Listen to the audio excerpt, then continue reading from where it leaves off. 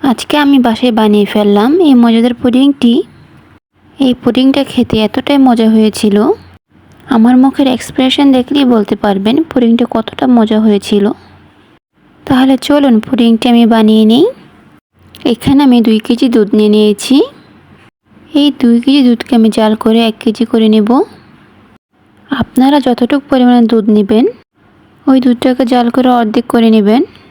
দুধটাকে যত বেশি জাল করা হবে পুডিংটা খেতে ততই মজা হবে। দেখতেই পাচ্ছেন দুধটা কতটুকু ছিল আর শুকিয়ে কতটুকু পরিমাণ হয়েছে।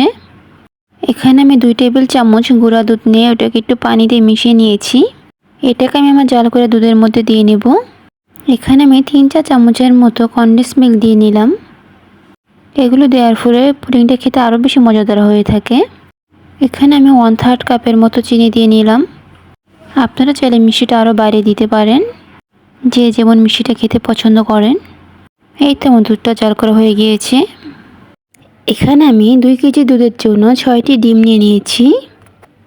যারা দুধটাকে কম জাল করতে চান তারা ডিমের পরিমাণটা একটু বেশি নেবেন। এখন আমি সবগুলো ডিমকে ফেটিয়ে নিব। আমার বাটিটা ছোট হয়ে গিয়েছিল, এখানে ভালোভাবে ফেটাতে পারছিলাম না ডিমগুলোকে, তাই আমি এখন এটাকে এই মিক্সিং বোলে ঢেলে নিয়েছি। এখন এটাকে আমি ভালোভাবে ফেটিয়ে নিব। এখন আমি ফেটানো ডিমগুলিকে জাল করা দুধে ঢেলে দিব। ঢেলে দেওয়ার পর এটাকে আমি এখন ভালোভাবে মিক্স করে নিব। অনেকে ব্লেন্ডারের মাধ্যমে মিক্স করে থাকে, আমি এটা হ্যান্ড উইক্স দিয়ে মিক্স করে নিচ্ছি। মিক্স হয়ে গেলে এখন আমি একটা চিনির ক্যারামেল তৈরি করে নিব। এখানে আমি 3 টেবিল চামচ চিনি নিয়েছি। অল্প পরিমাণ পানি দিয়ে আমি ক্যারামেলটা তৈরি করব, এতে করে ক্যারামেলটা পুড়ে যাওয়ার সম্ভাবনা কম থাকে।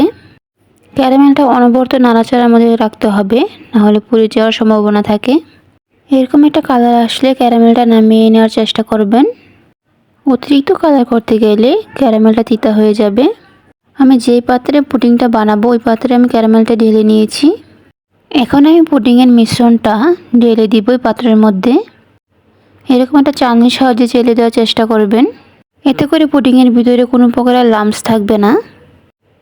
একটা পাতিলের মধ্যে আমি একটা স্ট্যান্ড বসিয়ে পানি দিয়ে পানিটা গরম করে নিয়েছিলাম।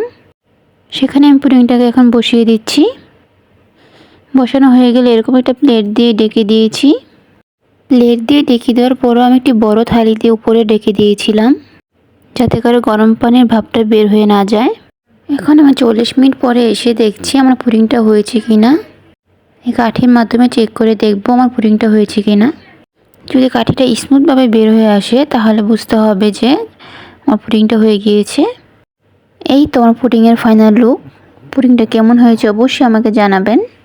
আমার ভিডিওটি ভালো লাগলে অবশ্যই লাইক এন্ড শেয়ার করে আমার পাশে থাকবেন। আজকের ভিডিওটি এই পর্যন্তই। আল্লাহ হাফেজ।